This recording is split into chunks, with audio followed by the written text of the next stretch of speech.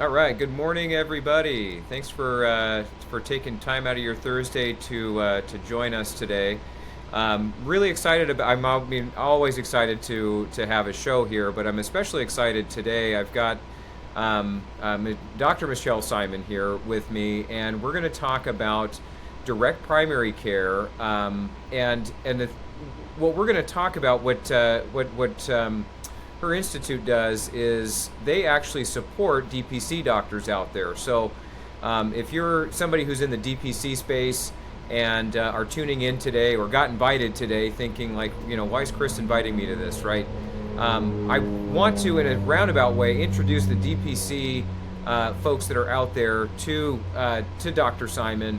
And she's got a very unique offering, to me, a very 21st century kind of offering to direct primary care facilities and clinics and so on and so forth. So I'm really excited to talk about that. Also, she happens to be local to me. She's in the greater Seattle area. And a lot of times we're talking to experts from across the country. This one happens to just be in my backyard. And so I'm very excited to talk with Dr. Simon today. And I think Dr. Simon, if you could just share a little bit about your background. I know there was, kind of let us know your hero's journey. Everybody that's in this kind of alternative plan space, 21st century, next gen kind of health plan space, bringing those to employers. Everybody kind of has their own hero's journey of where they realized, oh, this thing that, my parents' way of doing this is not necessarily what I see for myself in a career path and the way of doing this going forward in the future. And so share a little bit about what happened. I know you and I have talked a few times now about just about that, and I've kind of shared my story with you and certainly with my audience as well. But tell us how you kind of arrived at the point where you're like, you know what, this way is not working. We need to do something different. So let's start there. Yeah, great. First of all, thanks, Chris, for having me on. I always enjoy talking with you, and I always learn so much from the content and the interviews that you deliver. So thanks for that. So I'm an engineer. Really, that's kind of my background. I like to figure out how things work.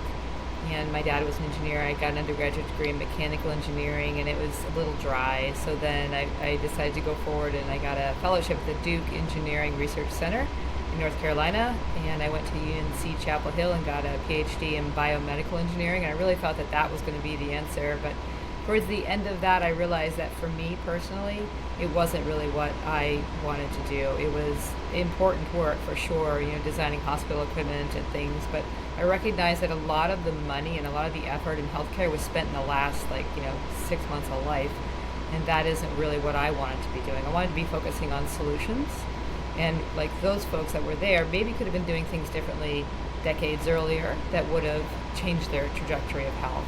And I got to understand naturopathic medicine. My great uncle Louis knew John Bastyr, and I came out to the West Coast here and ended up getting a naturopathic doctorate degree. And to me, that all made sense. Like, that was an evolution that made sense to me, the arc of my career, because to me, naturopathic medicine really is the engineering of healthcare. Like, we look at a whole system, we look at all the problems, it's a whole person health kind of solution. We're trying to sort out what all these variables are and then solve the root cause whenever possible. Now that takes time.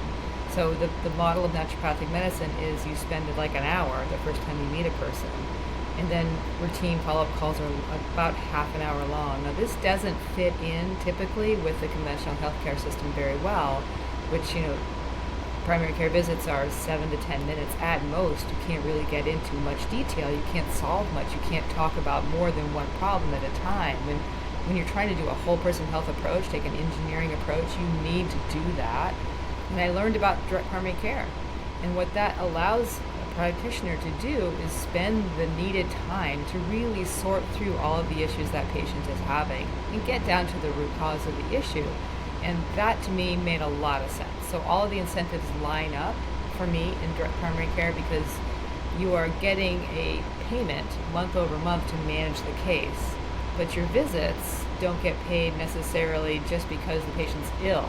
Well, you can see them for preventive visits too, right? So I think it's the right kind of care for the time that we have right now when we see an epidemic of chronic disease in this country, and we know so much of it is preventable through diet and lifestyle and nutrition, and there just is not time afforded in the conventional system to really address root cause problems like that. Right. A lot of times it is. It's just kind of you've got this conveyor belt of patients, right? If you're in that fee for service kind of model, where you don't have a ton of time with them, and really the only it seems like the only thing that those doctors can do is refer them to somebody else if they see that there's a bigger issue. Hey, maybe you need a deeper diagnostic, or you need some imaging, or they write you a script, right? Right. Just based on a very limited amount of time and interaction and such, and that's where we've seen this too, that those doctors that are in that traditional kind of fee for service kind of model, where they're spending, as you mentioned, 7 to 10 minutes with each patient. And then they're having to deal with all the admin of billing insurance and or Medicare, Medicaid, all those kinds of things. But you're having to spend so much time on the administrative processes and making sure that you can get paid and all those kinds of things. That it becomes. I think I've heard this from a number of doctors over the years. It's like, this is not why I got into this, right? To your point, like, and I love that phrase you use, the engineering of healthcare, and that's, I think, the approach that needs to be taken. And if you think about an engineer, you think about, like, if somebody's gonna you want to build a building or whatever, engineering, that's one of the first things that you do, is figure out, okay, if we're gonna build right here, let's make sure that the building's not going to fall and crumble as soon as it gets as soon as it's done. So you spend a lot of time on that front end identifying potential problems based on some of these root causes and things like that, and seeing, and so to your point, having that first initial visit, which could be a longer amount of time spent, but that can have a serious effect on, months down the road, years down the road, decades down the road, if you're able to spot some things and then maybe retool that engineering to fit that person's profile a little bit better, or at least just kind of get them to say, hey, look, if you keep going down this road, here's what's going to happen, right? But if we make a few of these small changes, and I think I remember you saying at one point, recommending no more than 3 changes, and at least initially, right? Like, let's do things that people can that they can initially bite off and they can chew on, and not feel totally overwhelmed. And so maybe that's the way to approach that. So very, very interesting. And again, I appreciate hearing some of that background. Well, and so then tell me a little bit about going from being an engineer. Then what are some of the things that you've been able to take from that experience and apply to what you guys are doing today? Yeah, great question. So one of the things that is really paramount in naturopathic medicine, so the approach that I learned, is something called therapeutic order. So the naturopathic therapeutic order is a philosophical way to approach patients. And what it does is it builds on, just as you were saying, the foundation. So we start with understanding the patient, their diet, their lifestyle, their terrain, like what is their GI system doing? Are they, in a healthy relationship? Do they have purpose and meaning in their life? All of these things, I consider that the foundation. If you can get that corrected, so many things align and take care of themselves after that. So addressing the foundation is a core principle, and then you ascend this therapeutic order in complexity and intervention strength. So the next step might be some targeted nutritionals to deal with a nutrient gap or a specific condition. You might do some physical alignment, some exercise or some type of physical therapy. You might use actually a synthetic treatment, something like a pharmaceutical, and then the top of that therapeutic order, which should be accessed the least, is drugs and surgery, right? We don't start with that. And I think our conventional system is flipped around, and that we start with the drugs first a lot of times. And it's again back to that, because we don't have the time to really sort out what the issue is. So I would love to see our whole healthcare system take a therapeutic order approach and be prevention focused and health creation focused. instead of just reactive medicine, which is what we kind of lean on now. So what we have, I'm part of a company called Paradigm Health, and what we like to do here, we like to say it's starting to change the healthcare paradigm that we are in. So in assisting practices, what we offer, and especially corporations, we offer an AI wellness assessment tool. And the goal of that is to take a patient through a guided sequence of questions, personalized, and then it will kind of churn that. You can actually put some data in there. You can put their blood test results or other test results in there, and it will churn that out with a solution for three, like you mentioned, three answers for what they need to do personally in their life, diet, lifestyle, nutrient related, that will address their health issues. Now, if they get those three done, we can give them more, because the program actually delivers up to 147 nutrients that you may need based on what your condition is. But we know people will not follow that many recommendations. So we prioritize. It might be that they particularly have a genetic deficiency in a vitamin D receptor. So for them, the recommended vitamin D amount is higher than the average person, but they wouldn't know that if they didn't go through this kind of assessment. So I think by personalizing and tailoring those three recommendations, we can get people to follow the recommendation. Because if you come in and you say you have hypertension, for example, and the doc says, well, you need to do low salt diet, and it looks like the research shows that this drug is going to help you, and it's not personalized, and you're just thinking, what, am I just one of all of these other people that have hypertension? We should all be doing this one approach. Well, maybe, but maybe not. We're all different genetically. We all have different stress levels. We all have different ways we deal with things. So if you step back and take an approach where you understand that patient and know, like, maybe for them, something is happening in their stress environment and the way they deal with that that's causing the hypertension. So maybe for them, salt-based diet isn't going to work. It only works in about a third of the people anyway. So, taking that extra step to understand the patient and their specifics, when a patient gets a recommendation that is personalized, they are much more likely to follow through with that, especially if you only give them three things to do. So we found that in a patient database of about 10,000 patients over 5 years, that the people actually just did this one assessment once a year. It brought their health risk down over time. And the people who were in the highest quintile of chronic disease incidence came down to the middle, and the people in the lowest two quintiles doubled. So what that means for the employer is that their costs decreased based on the healthcare premiums because their patients or their employees actually got healthier over time. And that intervention was simply a questionnaire, 3 recommendations, and the patients followed through. Yeah, it's incredible. Well, and it's, I think a lot of times, I tell employers this all the time, but you've got 50 to 60% of your people that are probably not going to use the plan at all in a given year. Maybe one visit, maybe one script. So you've got a big percentage of people that don't use it at all. Now, I would tend to think that even those people would benefit from doing this assessment and having those 3 recommendations at the very worst case, just to maintain where they're at, right?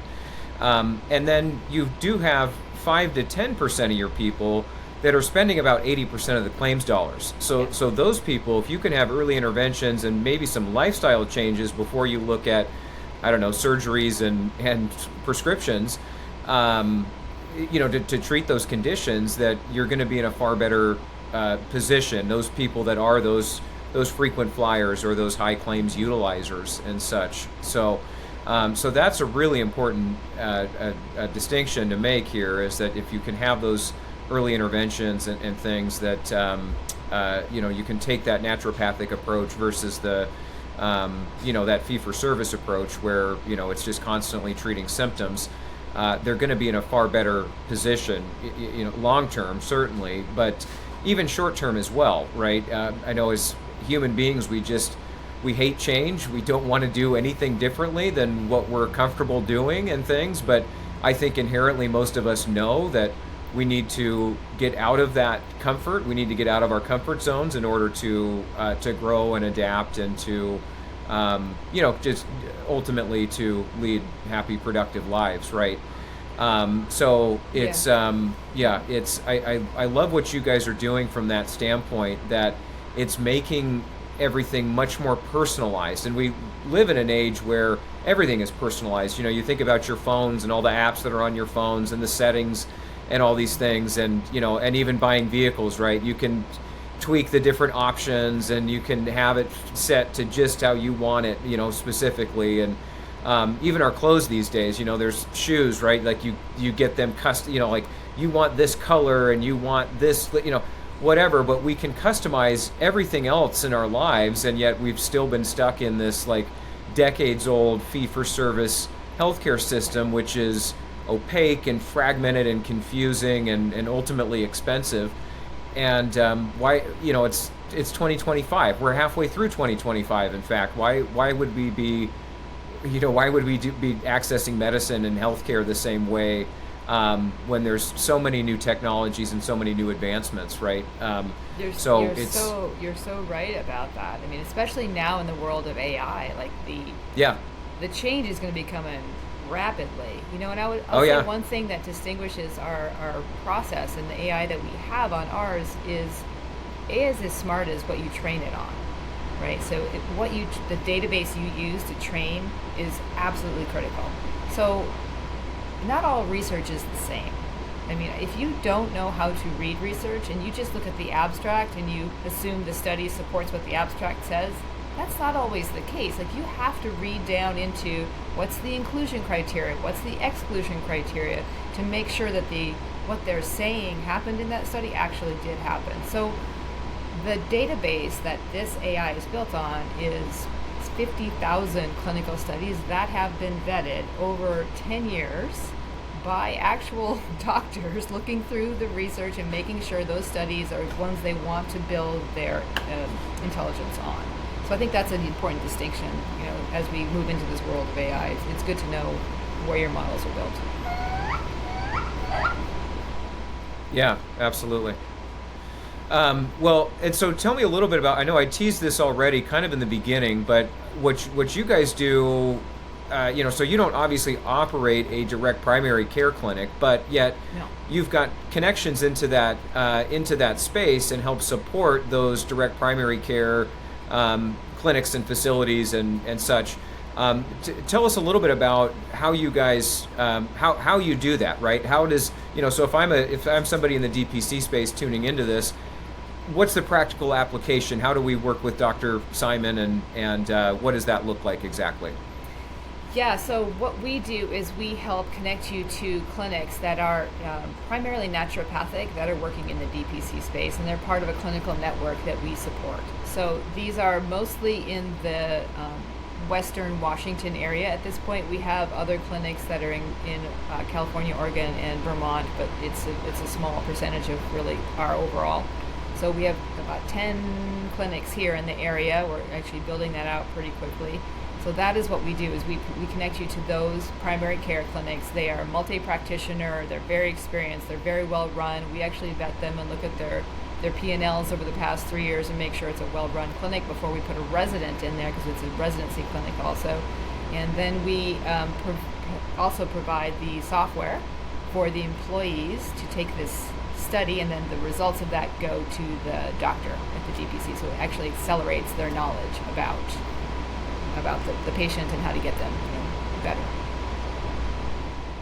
Okay, yeah, gotcha. So they can leverage this process that you were talking about, the questionnaires and the testing and the AI.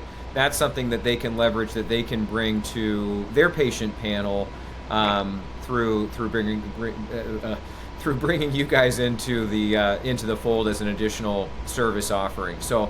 It's, and I think that if I'm a direct primary care doctor, right, I'm not, but let's just, we'll pretend, since I'm on TV right now, we'll pretend I'm a direct primary care doctor.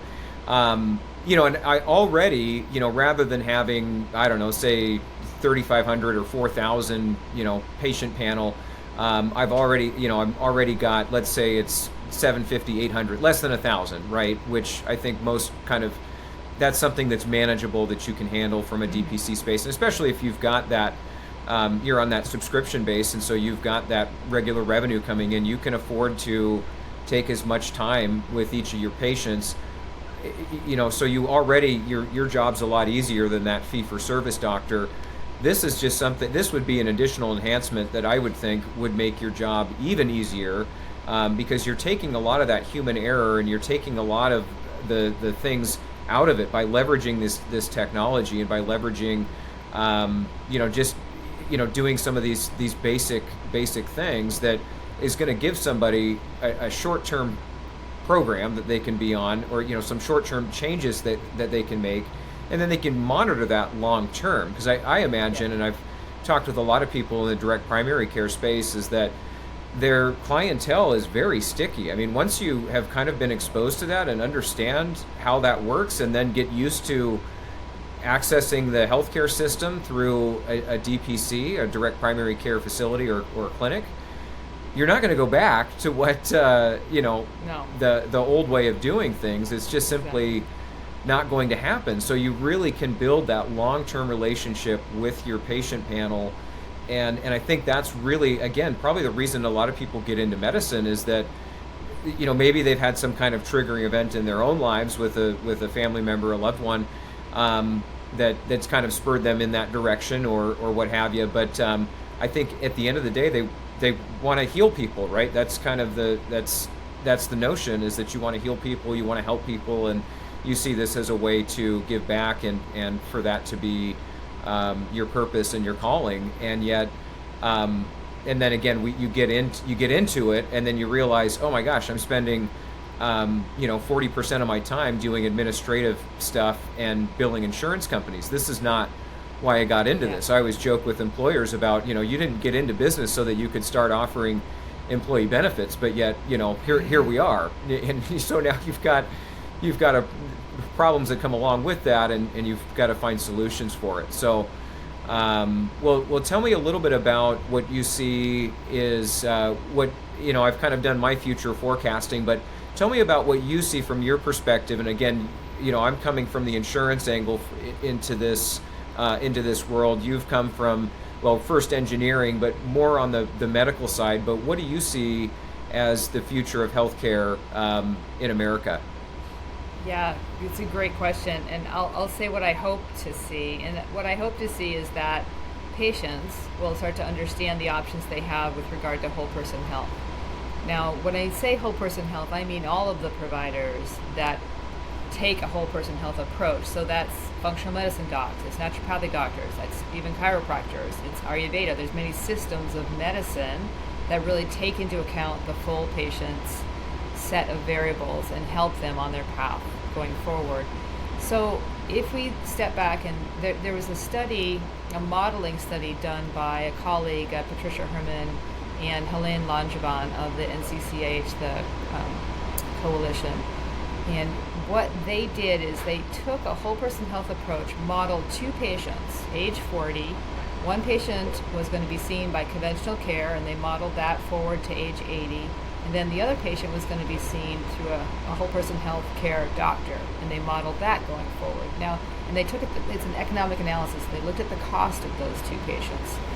One patient, the one seeing conventional care, was pretty flat and then really went steeply at the end. They ended up being in a medical home, had some issues. These two patients, I think the patients had heartburn and arthritis and hypertension, I believe, are the three conditions that they had. So when they moved that forward, that patient was now arthritic, wasn't able to live on their own, was now being taken care of in a care facility. And that's where the cost goes up pretty high. This other patient took the whole person health approach. The cost actually went up in the first couple of years because they had many more visits. They were learning about their health. They were learning to manage their diet. They got a lot of input.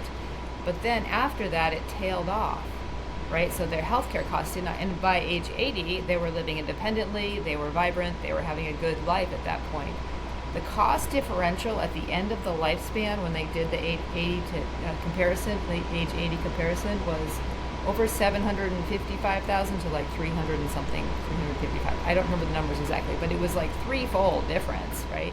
So what that says is the cost, not only is the cost so much higher in conventional care, think about the outcomes. Think about the life of those two patients. One is living independently, enjoying their lives. The other one is in a care facility being taken care of by others. Like, who would want that, right? So if we want to incentivize the health of our patients, we need to take this time to invest in the education, the knowledge, the root cause solutions that will last a lifetime. And to your point, small changes early on project out to large changes when you look at a lifetime. So I'm hoping that in this opportunity we have with maybe the federal government thinking about things differently, let's hope that the patient-centered care model that is actually looking at prevention and health promotion becomes the reigning paradigm in the U.S. Not only for it's the right thing to do for patients, but actually economically it's the smart thing to do for all of us.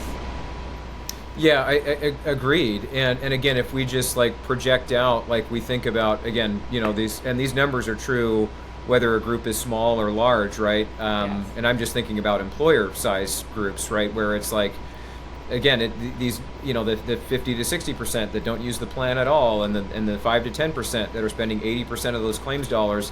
If we project that out over, the entire population of the U.S., there's a lot of people that are spending, a ton of money. That a small group of people that are spending a ton of money on the healthcare, system and that type of thing. And so, it becomes a bit staggering when you start to think about it like that. Like, okay, out of 330 million people or whatever it is, even if that 5 to 10% number, that's a big number of people, and yet, so if you can, just that, what's the saying about eating an elephant one bite at a time, right? That's the way you do it.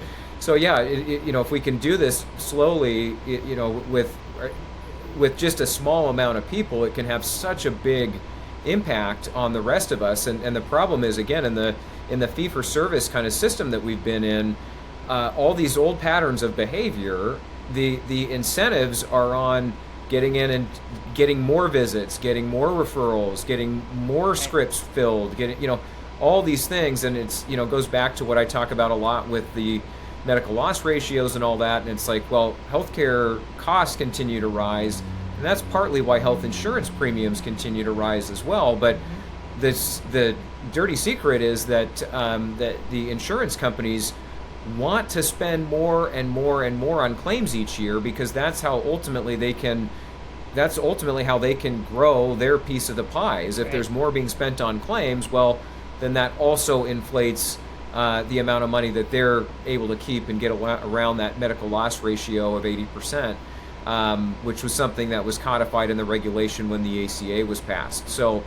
and I know you and I talked about this a few months ago when we very first met, but some of the and you just alluded to it, some of the changes that are taking place at the federal government level, and we've seen, obviously RFK Jr. grabs some headlines and things, but there was another name that we talked about a little bit that I think we both know at least a little bit, or have seen talk on stage at conferences, is Marty Makary, and what he's able to do and what he's been able to kind of shift the focus on and things like that. So I guess we don't want to dive too far into politics, but can we talk a little bit about what those two departments are doing, what those two leaders are doing within, that they've done in the first 6 months or so of the of being at the head of those agencies?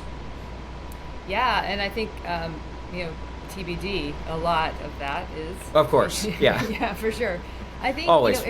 So the book that Marty Makary wrote, which was Blind Spots, which I recommend if you haven't read it. It's a really interesting read, and it's well done. And it kind of explains many health conditions across the U.S. and why it's been so difficult to get the medical establishment to turn around and adopt the research and evidence-based approaches. And we think about medical systems and medical science being very reactive and understanding the evidence-based.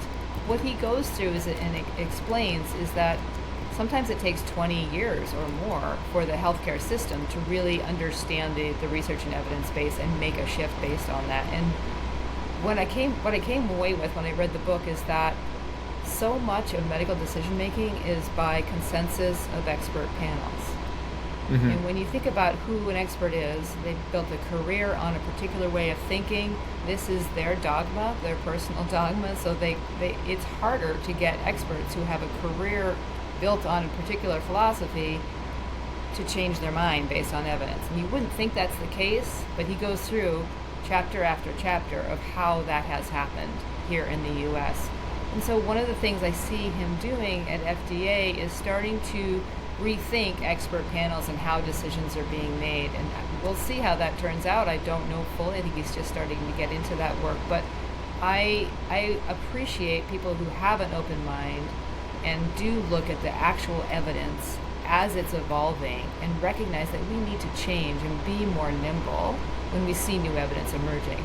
What happened in this country with the Women's Healthcare Initiative and the consensus panels on hormones was really a tragedy. There were decades of women who did not get the best approach, get the best health care based on the evidence that was available. And that's starting to change now, for sure, and it's really great to see.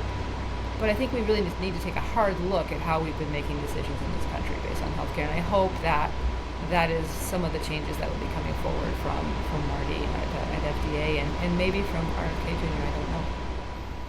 Yeah. Well, and I think, having people like yourself, and hopefully I would put myself in this category too, where you have people that kind of have this, that have a different dogma, I guess, right? And I talk about, modernizing healthcare by building 21st century health plans that eliminate employees' out-of-pocket expenses while guiding them to the higher quality healthcare. And so, having that different, a different dogma, or having a different way of defining your purpose in this industry, and being that contrarian, right, versus what's been done, since the 1960s at this point. That's what I think we're starting to see. I think we're kind of on the front end of that wave, although it has been going on for a number of years at this point too. It hasn't caught on as quickly as you would think. It's the status quo and not wanting to change, which again I alluded to earlier. That's something that we're just not wired for. We're wired for comfort and security, and this is something new and different, and so it's fills me with fear and dread, right? When it's really not that big of it's not that big of a shift, but it should be perceived as, hey, this is something that's much better. I know and again, the direct primary care, this whole idea, it's really kind of a throwback to the way that medicine used to be done, and that's what's what's old is new again. Yeah, exactly. Yeah. So exactly, it's the family doctor, and it's somebody that you can, in this day and age, you can not only just call them, but you can text them, you can email them. We've got all these different mediums now for communication,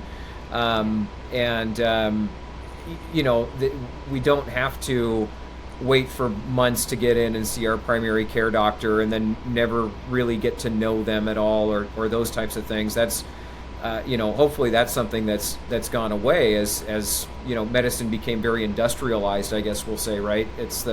I've always joked about the medical industrial complex, and you can throw that term into just about anything. I know it kind of started with the military industrial complex, but you could talk about, there's so many things in our lives now that you could describe that way, medicine being one of them, and yet it is the most personal, right? So you would want, again, you would want something in this day and age that one is tailored to you, but then also that as we've just alluded to, something that that you can access very easily, right? You shouldn't, if you've got some kind of pain, or you've got some, whatever the case is, you shouldn't have to wait to get that treated.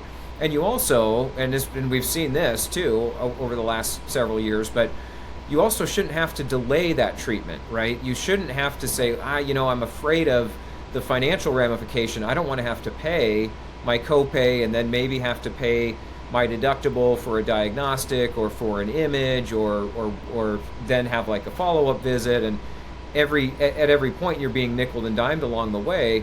and that's preventing you from getting treatment. And then, if you do get a script filled, then splitting those pills in half and stretching that 30-day supply out to 60 days, because again, you don't want to have to pay that to get that script filled. And so, yeah, no, I think that it is. It's, and we see this with fashion, right? Too. I mean, my wife was showing me this video the other day of like what's like the back to school like clothes that everybody's buying now, and she's like, my 16-year-old daughter, she's like, I should have just kept everything in my closet from high school, because now all of that's back in style.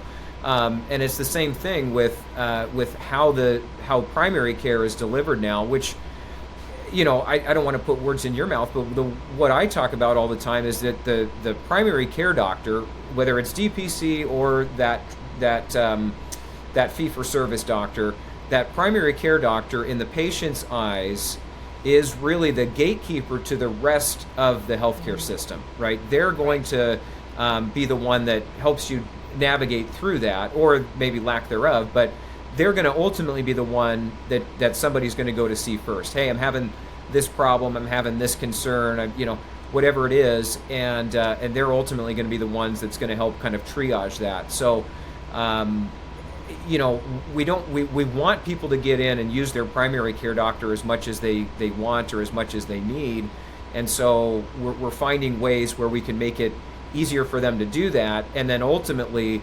leveraging some of these new technologies, AI that you've alluded to help people really just, let's start with 3 things that we can bite off. And I just think that's that's so brilliant. So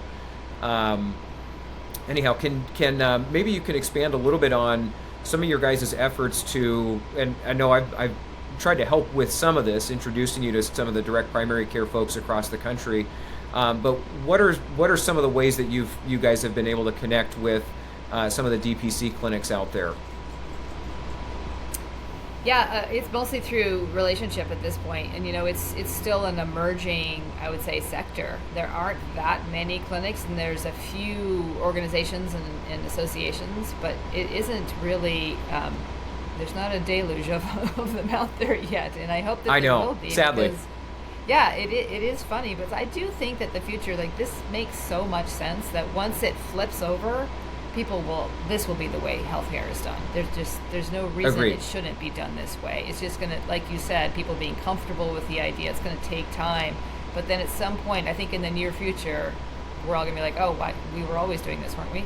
It's right. one of those things. Like, so I do think that that's going to come. So it's this kind of thing. And thank you for the opportunity to have this conversation. It's getting the word out on LinkedIn, on every channel. It's going to conferences that are not DPC and talking about it, and it's going to associations like the associations of professionals and practitioners, and recruiting people to think about this as a practice model. So that's the kind of work that we hope to be doing more of in the future.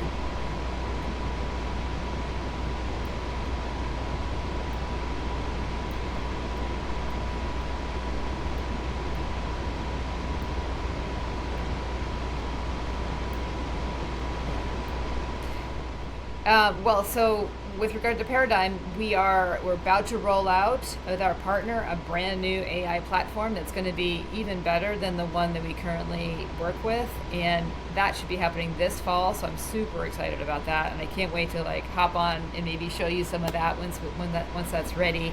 It's going to be it's going to have agents. It's going to be able to get the little chatbots. It'll be a little personalized, kind of AI that's going to be yours, that will answer questions for you based on your history. It'll be really cool. So that's coming. And then I also run a nonprofit called the Institute for Natural Medicine, where we're trying to make whole person health mainstream. So educating the public about what whole person health is, educating practitioners about it, because a primary care doc should know all of the different options in their neighborhood of the different kinds of practitioners that could be brought in to help their patients get well. So they should know what an acupuncture is and does, what a chiropractor does, how to best refer them, what cases are best to be referred.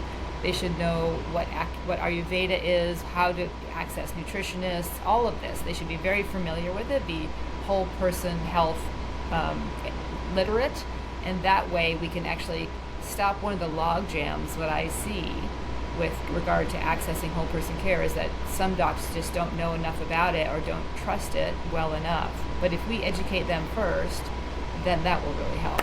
So those are the kind of things that we're working on.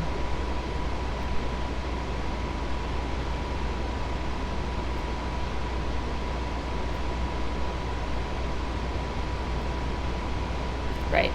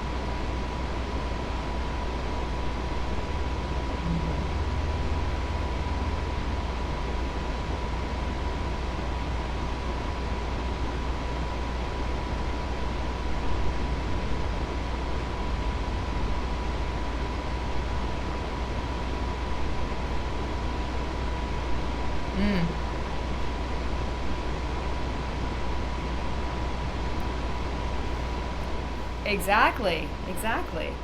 Same in healthcare. Yes.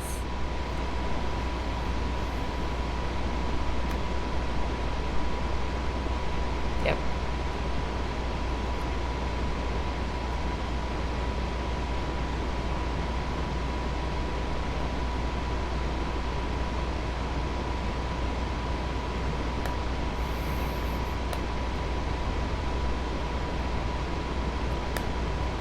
Yeah. Yeah.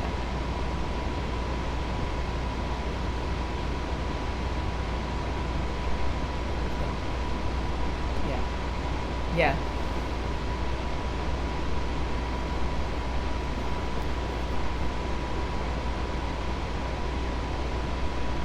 Right.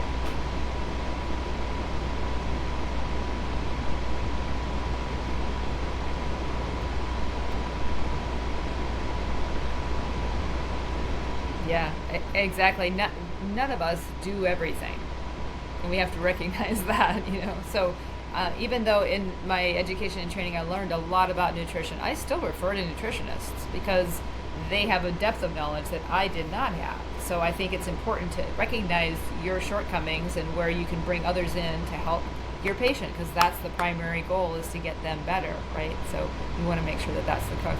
And to your point about the fee-for-service model, what it may want or not want, there's that old adage, you get what you pay for, and so if we pay for service, we get a lot of service. It doesn't mean you're getting health. It means you're getting a lot of service. So.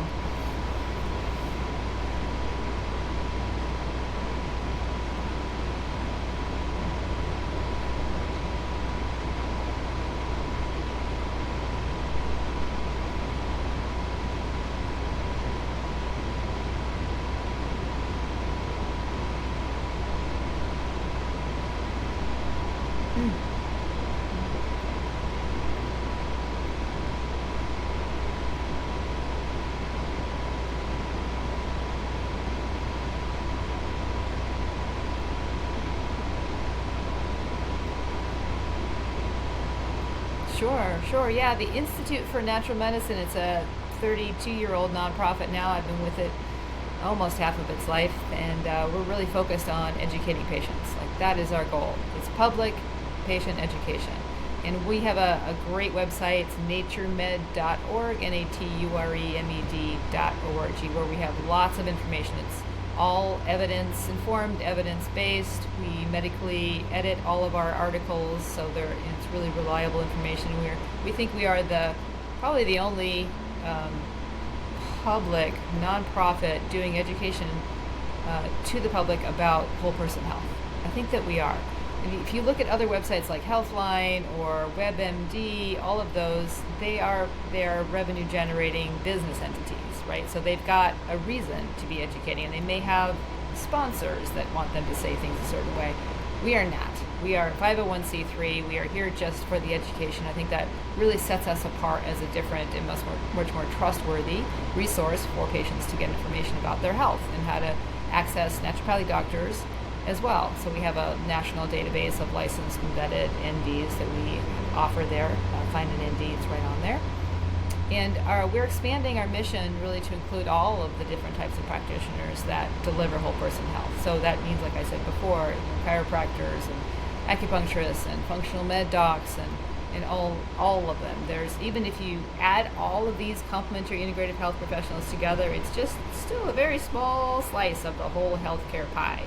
So our goal is to grow that slice, bring more practitioners to this way of being in relation to their patients, change the healthcare model so that it's more patient-centric, more prevention-focused, more health promotion-focused. And really, in my perfect world, if we could have the naturopathic therapeutic order be the reigning paradigm for healthcare, that would be ideal. It's a very proactive approach that we don't currently enjoy. We've also got a residency program. We run a residency consortium of clinics. We've got a Naturally Well kids education program where we take fourth graders and teach them kind of how to cook and what nutrition is and how to live healthy, because if you get a fourth grader to change their mind about something, the whole family is going to change. So we recognize them as a little lever of a change agent in families and dynamics. So I think that's an important program. And then we have a certification program that we're rolling out for practitioners that will help them understand, like I was saying before, what all of these different provider types are, what they do in their neighborhood, and helps them access them for the benefit of their patients. So yeah, that's us.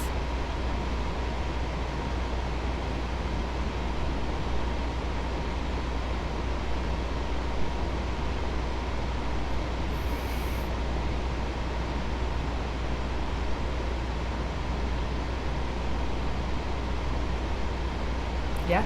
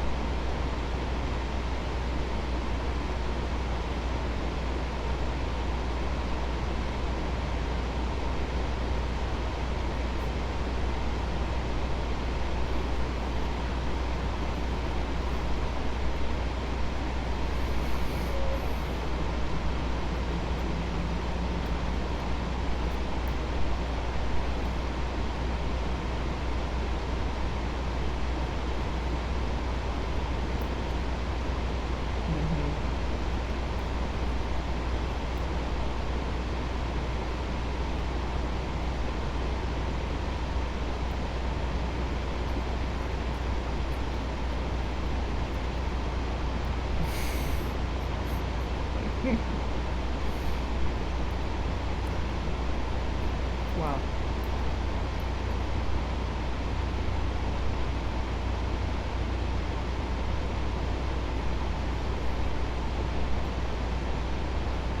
Oh, yeah, I'm here. Yeah.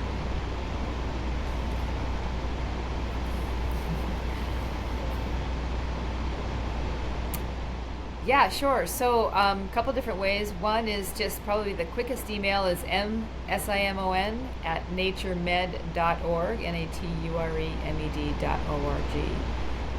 The other one is through Paradigm Health, so it's msimon@paradigmhealthspc. Yeah, that's it, Paradigm Health SPC. Yeah. Oh yeah. Yes, you bet.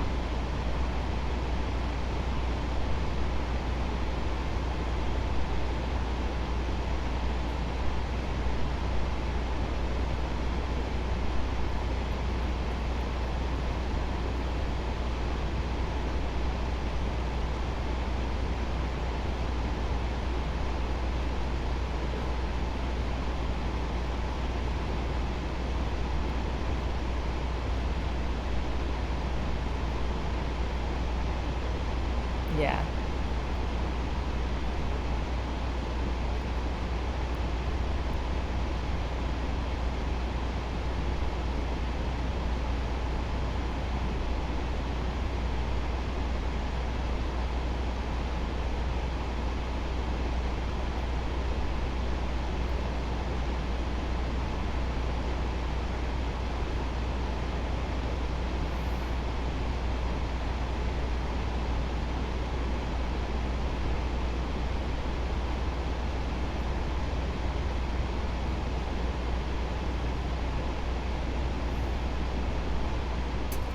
You know, the only thing that I would say is I think empowering patients is the most important strategy. So letting people know that they have power to change their health and they just need the knowledge to do so. And so accessing all the different avenues for that, and don't give up. Don't give up. It's worth the investment.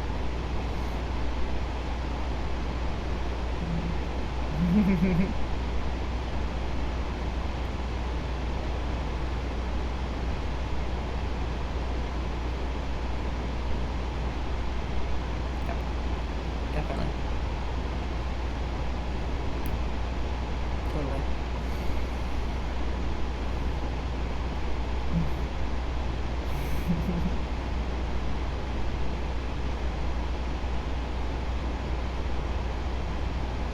Thank you, Chris.